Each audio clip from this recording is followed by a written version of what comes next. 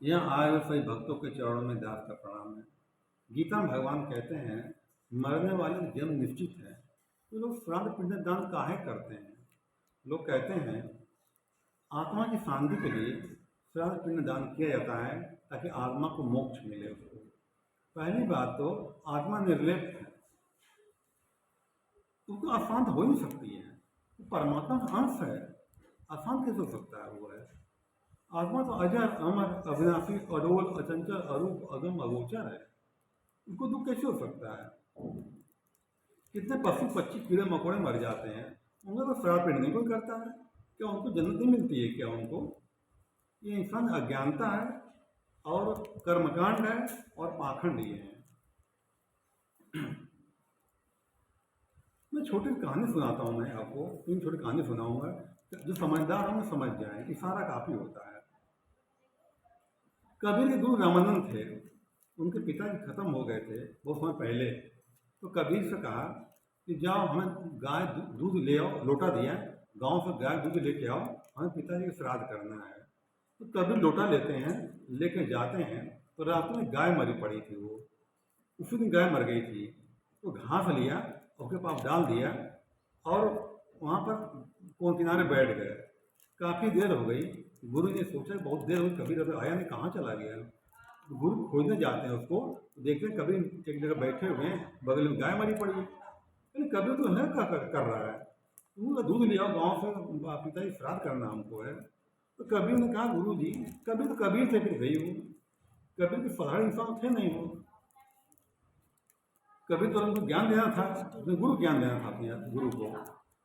तो कबीर ने कहा गुरु जी सोच रहे गैया उठ के खा है, घास दे दिया, हम दूध दो के आए। कहने अरे कबीर, ये गाय आज मर गई है, ये घास घास ना खाएगी तो दूध कहाँ देगी?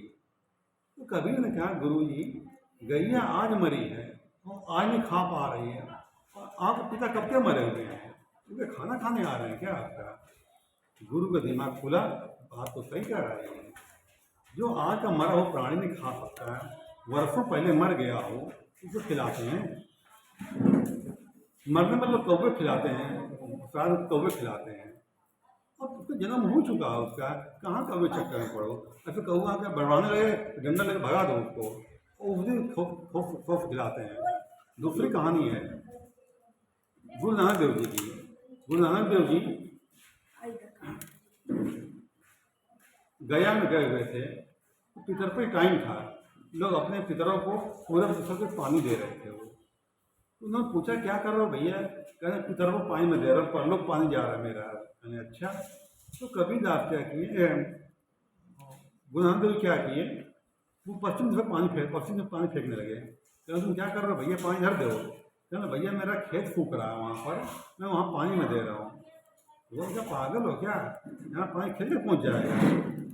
गुरु नानक ने कहा पागल तुम लोग हो, तुम्हारे पिता कब से खत्म हो चुके हैं, अब परलोक तुम्हारा पानी परलोक तुम्हारा जा रहा है, पानी जा रहा है, तुम्हारा परलोक जा सकता है, हमारा खेत पास ही में है, वहाँ क्यों चला जाएगा? क्योंकि तो बोलती बंद हो गई। अब आते हैं माता बुद्ध की छोटी सी कहानी है।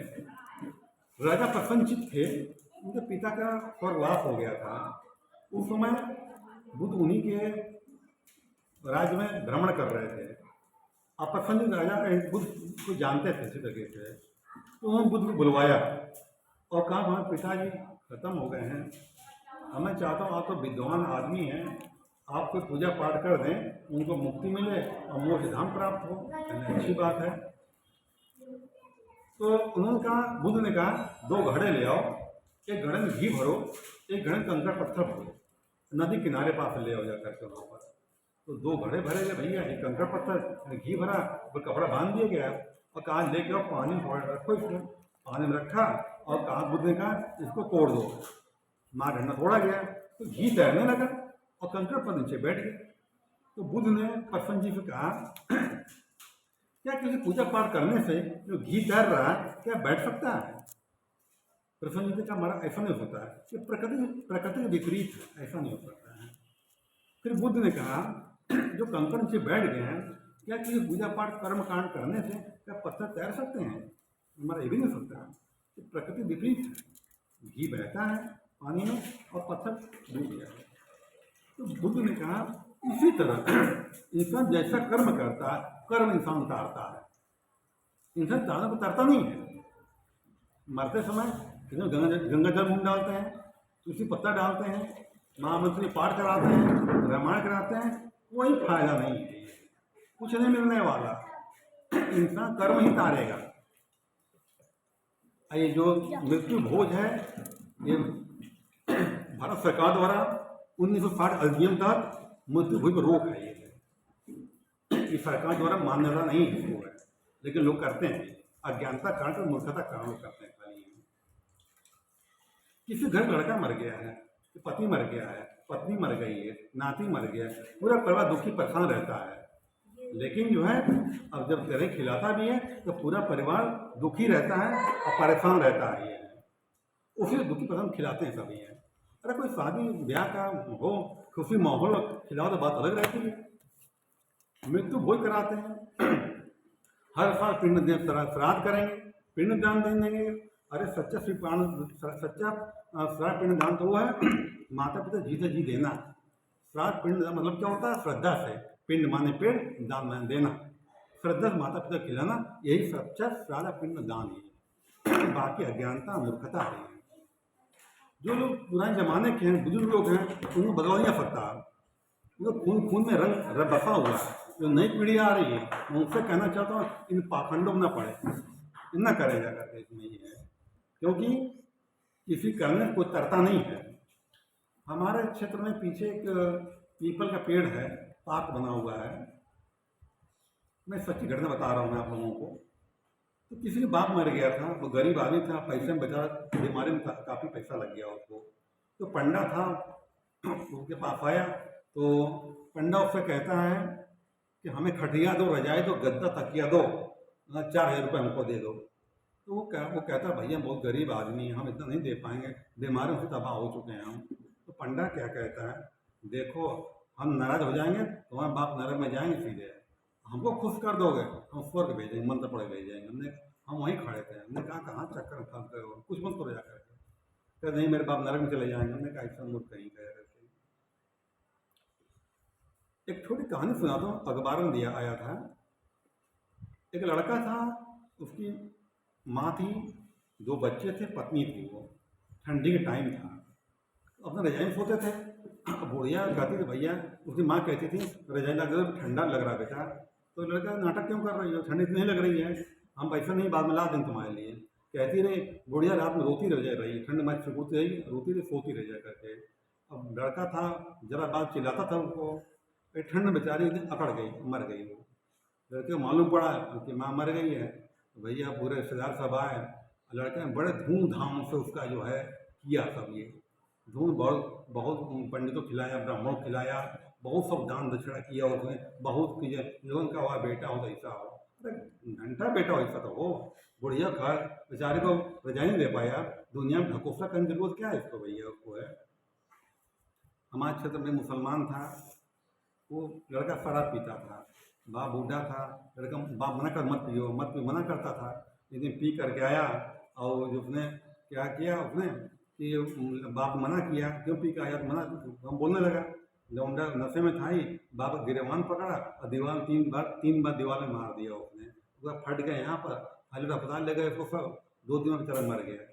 क्योंकि जब कब्र बनाई जाके वहाँ पर, अब उनके मुसलमान जो सुबह रात होती है, हर साल जाता है वहाँ पर, कब्र जाता है, अगरबत्ती ले जाएगा, मिठाई ले जाएगा, फूल ले जाएगा और इत्र सेंट मानो ले जाएगा, देता हूँ करते हैं। ये काहे का पाखंड कर रहे हो भैया, जीते जी बूढ़े खून बचा कोई नहीं, मैं दुनिया भर क्रियाक्रम कर रहा हूँ खा लिया करके। तो मैं यही कहता हूँ भैया कि जो है सबसे बड़ी पूजा है, सबसे बड़ा श्राद्ध पिंड दान यही है। जीते जी माँ बाप पितरों सेवा कर लो, मजे में कौन देख रहा है। एक कहानी मैं और छोटी सुनाता हूँ मैं आपको। यूट्यूब में देख रहा था मैं, एक लड़का पुनर्जन्म होता है और जो है जिन्होंने 10 साल बाद लड़के को याद आ जाती है, बताता है कि हम यहाँ के रहने वाले हैं। माता पिता वो ले जाते हैं वहाँ पर, वो उसको पहचान लेता है कि हमारे माता हैं, पिता हैं, भाई सब पहचान लेता है। तो पत्रकार लोग के साथ में गए थे वो, तो वो उसका जो बाप था कहता हर साल को श्राद्ध करते हैं इस काम हुआ है। तो पत्रकारों ने पूछा क्या अभी श्राद्ध करोगे क्या, ऐसा अब श्राद्ध नहीं करेंगे। मैं जान जो जन्म हो चुका मेरे सामने में बैठा है, अब कहाँ श्राद्ध पिंडदान करे जाए। तो शायद फिर एक अज्ञानता है, एक पाखंड है, एक कुरीति चली आ रही है। कुरीति बहुत समय हमारे थी। ये दहेज प्रथा जो है, दहेज है, ये भी कुरीति है, हमारे पूर्वजों बनाए दिए हैं वो। जो 3-4 लड़कियां, उसकी हालत खराब है, दहेज दो शादी हो गई, लेकिन दहेज चक्कर मारी जा रही है, कितने भगाई जा रहे हैं, सब कर्म हो जा रहा है। दहेज पूर्वजों को देन हमारे हैं। सती प्रथा थी, दासी प्रथा थी, ये पूर्वजों को देन थी हमारे। जो शिक्षित आदमी हुआ, समझ गया ये सब गलत है, विरोध किया उसने और सब हटा दिया करके वो। सती प्रथा थी, राजा राम मोहन राय थे, उनके भाई खत्म हो गए थे, उनकी भाभी को सती किया गया। उन्होंने देखा तो उन्होंने रोका इसको, वो खत्म हो गई। नहीं, बहुत पछतावा इसको हुआ जाकर उसको। इसने ऐलान कर दिया कि आज से कोई सती प्रथा नहीं की जाएगी। लेकिन जो ब्राह्मण थे कहने लगे अकाल पड़ जाएगा, ये हो जाएगा, वो हो जाएगा, ऐसा नहीं हो, हमारे पीढ़ी चला आ रहा है। लेकिन राजा था, राजा उसने मार डंडा, मार लाठी मार फैला दिया लोगों को और जाकर जेलों में ठूस दिया करके बंद हो गई वो दिन। इसी तरह कोई जो है बड़ी शक्ति इस पर जो है मोहर लग रोकेगी, ये भी रुक जाएगा, ये पाखंडों दूर हो जाएगा। समझे? मैं आपको सबसे कहना चाहता हूँ, जितने लोग यहाँ बैठे हैं, इन पाखंडों दूर हो गई है। धन्यवाद।